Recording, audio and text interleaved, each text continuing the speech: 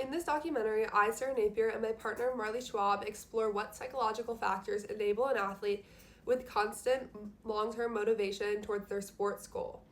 Our purpose in making this documentary is to prove that athletes maintain long-term motivation and avoid burnout through intrinsic motivation and supportive coaching, which helps them stay focused on long-term goals and manage their stress levels.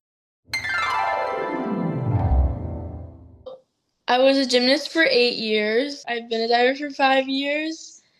I just won states like 3 weeks ago for diving, and I've been to nationals 3 times so far. Intrinsic motivation is a type of motivation within an athlete that is driven by their love, passion, and improvement in their sport. As stated in our argument, intrinsic motivation is the strongest predicator of long-term participation in an athlete's sport, and it drastically lowers chances of burnout. When any person loves what they do, there's a greater chance they continue even when they face setbacks and adversity. What helps you stay motivated about your sport?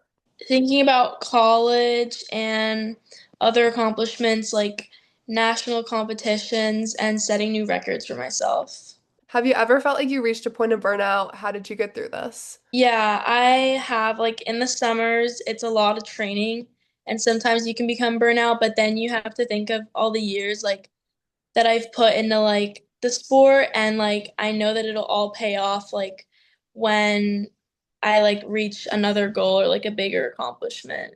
Okay. Cognition is the study of mental processes like thinking, decision making, evaluating mistakes, and setting goals, all which play a significant role in athlete psychology and are the driving forces behind intrinsic motivation. Cognition plays a key role in helping athletes set long-term goals, and they can also help athletes recover from minor setbacks over the years. Do you have a major long-term goal? How has this helped you get through minor setbacks over the years? Yes, I really want to go to college for diving, D1, and it's motivated me and like helped me persevere through like being injured or like having like a mental block on like a dive. Have you had coaching that kept you motivated, or have there been situations with coaches where it felt discouraging or non-beneficial? Yes, there have been situations where like it can sound discouraging, but my coach is really trying to like push me to be better. But she is also like very supportive, even if sometimes she has to be hard on me. Have you preferred different coaching styles as you've gone through different sports? Yes, like in diving, it's better to have like more personal connection, have a more personal connection with your coaches, while in gymnastics, it's more just like overviewing like a group of people, while in diving, it's like more one-on-one with your coach. The dopamine reward pathway is a brain system that releases dopamine when you experience progress, enjoyment, and success. This is only activated in intrinsically motivated athletes, which is why when these athletes are forced to take a break from injuries or other setbacks, they psychologically feel withdrawals, which highly motivates them to do whatever it takes to get back to their sport. Research suggests that self-pressure and guilt is a main factor that causes athletes to step back in their sport after setbacks or injuries. Do you feel you return based on internal stress or love for your sport? I do have internal stress for my sport, but I love it, so I have to persevere through the internal stress and just trust myself. Do you think that your stress for the sport helps you succeed in like big meets? It can be both. Like sometimes stress makes me like focus during big competitions, or sometimes it can like make me spiral and like overthink.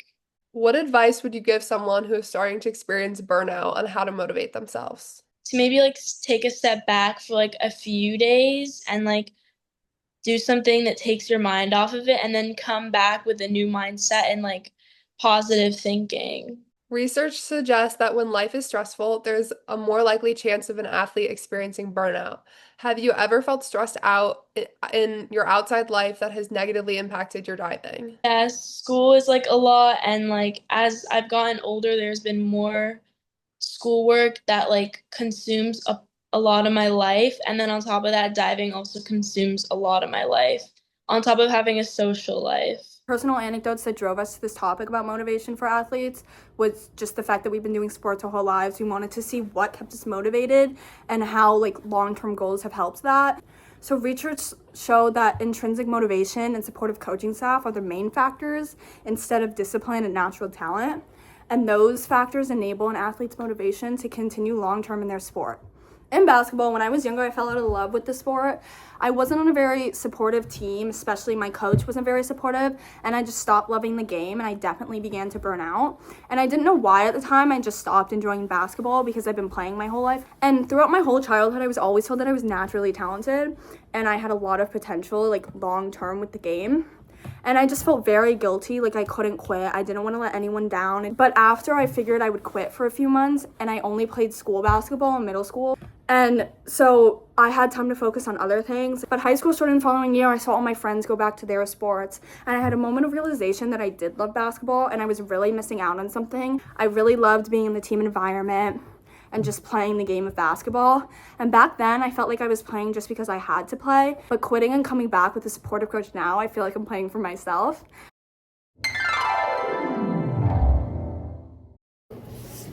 Hi, my name is Benjamin Schwab. I've been a coach of my 3 children for the last 15 years. And I also played basketball growing up, and I also played high school basketball. Have you found that athletes reach high levels of success when they have their own sense of intrinsic motivation? Yes, I think that athletes of all shapes, it's always self-worth. Kids always have to work hard.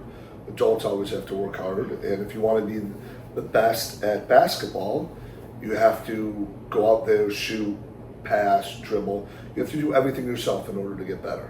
How would you describe your coaching style? Intense, funny, humorous. I care a lot about the kids that I coach. I believe that first of all, they should have fun. Second of all, they should learn the game. And third of all, they should try to win. Has your coaching style evolved over time from when you first started coaching to now? Yes. When I started with my oldest, I think I was way more intense than I should. And then when I coached my daughter, I think I was less intense. And then now when I coach my son, I'm still intense, but I understand that at the end of the day, it has to be fun. Do you alter your communication amongst different athletes based on how you feel they respond best? 100%. Some athletes I can yell at, I can get in their face. Some athletes I have to be very calm, I have to be reassuring, I have to do a lot of different things. So I think every athlete you have to treat differently. You have to learn who they are, and I think that's how you get the best out of them. Research on coaching methods suggests favoritism leads to athletes feeling the need to satisfy their coaches through their performance. How do you stray away from showing favor? I mean, that's hard because when you're a coach, you want to win. So you don't want to favor the kids. At the end of the day, you want them to work hard. That to me is the most important thing. You want them to work hard and you want them to love the game. I think if you're yelling and screaming too much at these kids, or you don't show them enough love, compassion, heart, energy, like, oh, my coach doesn't care for me, I'm not going to show up, or I'm not going to work hard. Kids want to see that you care, first and foremost. And if they don't think you care, and they don't think your heart's into it, then they're not going to react the way you want them to react. Burnout can be caused by the constant activation of the sympathetic nervous system. The sympathetic nervous system activates the body's natural stress response, commonly recognized as fight or flight. When this happens, the body experiences increased heart rate, tension, and alertness. Have you ever had one of your athletes experience burnout? Yes, my son. I think my daughter did when I coached her. I don't think she loved the game, and then when I stepped aside, I think she fell back into love with the game. And why do you think this occurred? I think it was partly me there that I wanted to work harder. But I think, sometimes it just happens. You play a lot of sports or you play a lot of basketball, and it's just like, after a while, you're like, okay, I'm done, and you need a break. I think all kids need a break at some time. Do you help your athletes create goals to work towards the season to keep them motivated? There's various ways that you can do this to make yourself better psychologically. I think you always have to have individual goals and team goals throughout the season. When an athlete falls out of love with their sport but continues to experience success, the placebo effect may have occurred. If the athlete is succeeding or making a profit from their sport, they are still activating their dopamine reward pathway, which they can begin to confuse love for the sport as just success. Have you ever seen an athlete fall out of love with their sport but continue playing and reach success? Yeah, I mean, I don't know, to love your sport is nice. I mean, it depends. If you're that good at your sport, you don't have to love it. Some people love the money. When you get to the professional level, you may not have to love it, but you just have to work hard. But yes, I don't think it's important so much to love the sport as long as you're going to work your absolute hardest. But yes, you don't have to love the sport. It'd be nice, but I know it's not realistic for every kid. How did your own athletic experiences shape your coaching ways? So my father coached me growing up. He was very intense.